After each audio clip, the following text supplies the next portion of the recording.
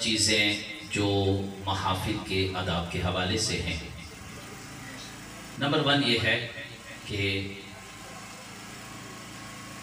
بلاغت کا ایک اصول ہے، میں نے ناول میں بھی یہ کہا تھا کہ جب آواز اتنی تیز ہو کہ سامنے والے کی سماعت کو ٹکرا کر سر میں درد کر دے تو پھر کوئی چیز سمجھ نہیں آتی، یہ سر میں درد ہو جاتا ہے۔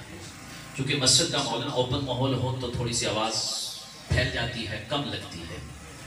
جب تیز آواز کانوں سے ٹکراتی ہے تو ویسے ہی دماغ سن ہو جاتا ہے۔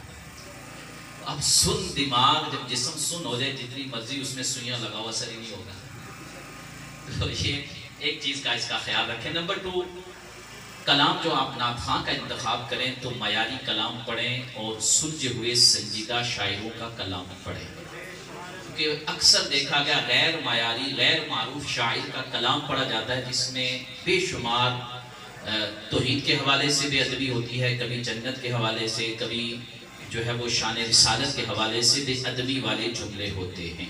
فار ایگزامپل میں ایک جملہ بتاتا ہوں، اکثر نقیب حضرات اور بعض نعت پڑھنے والے تمہیدی کلمات جو ہوتے ہیں اس میں پڑھتے ہیں کہ جنت بھی گوارا ہے مگر ہے کاتب تقدیر، میری قسمت میں مدینہ لکھ دے۔ یہ شعر جنت کی توہین پر مبنی ہے، یعنی گوارا کا مطلب ہے چلو گزارا کریں گے انسان۔ تو جنت جس آنکھ نے نہ کبھی دیکھا نہ خیال بھی دل پر حضور نے فرمایا نہیں گزرا، اور جس جنت کا حضور سوال کریں، اور یاد رکھیے مکان کی فضیلت مکین سے ہے، مدینے کی جو فضیلت ہے حضور کی وجہ سے ہے۔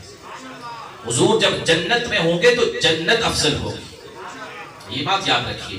تو نمبر 2، جو نعت خواں آپ انتخاب کریں انہیں کہیں کہ معیاری کلام کا انتخاب کریں۔ نمبر 3، مقصدیت نعت، کہ نعت خوانی کا مقصد کیا ہونا چاہیے؟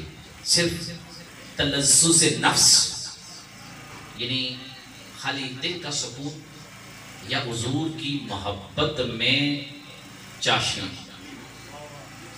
یہ سب سے اہم ہے۔ چونکہ ابھی آپ نعتیں سن رہے تھے، ہمارا عقیدہ ہے کہ جب حضور کا ذکر کیا جائے تو حضور کی نظر رحمت ذکر کرنے والوں کی طرف ہوتی ہے۔ اب ایک لمحے کے لیے تصور کریں کہ حضور کی بارگاہ ہو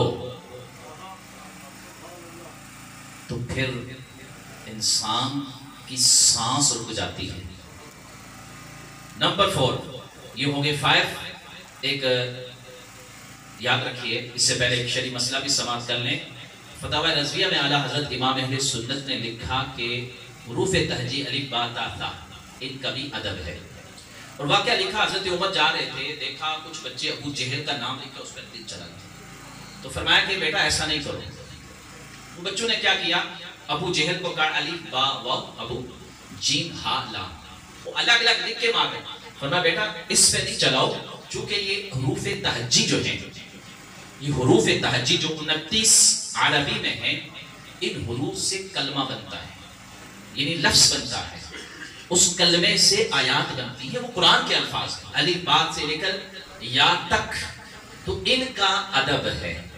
اعلیٰ حضرت نے لکھا کہ خالی پیپر ہے اس کا بھی ادب ہے، کیونکہ وہ علم کا ذریعہ ہے، قلم ہے علم کا ذریعہ ہے۔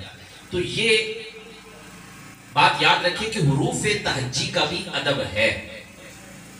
پچھلے دنوں میں ایک خاتون نے وہ آیات والی یا اس طرح کی لکھی ہوئی پینٹنگ والی ایک قمیض پہنی تھی، تو سوشل میڈیا پہ ہوا ہے کہ مولوی صاحب نہیں ہے، در حقیقت جہالت ہے کہ ہمیں معلوم ہی نہیں کہ ان حروف کی اصل کیا ہے۔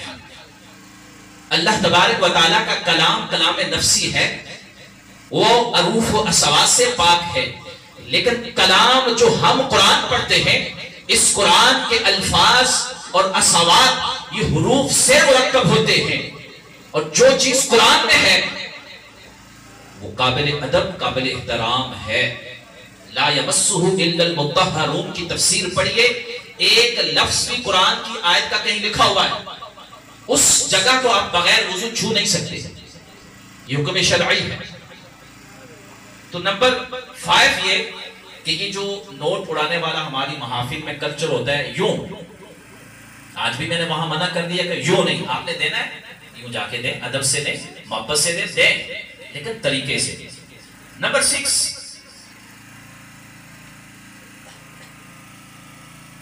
محافل کو بامقصد بنائیں، صرف لنگر کھانا اور تلذذ سماعت نہ رکھیں، محافل کو بامقصد بنائیں۔ یہ 5-6 گزارشیں تھی۔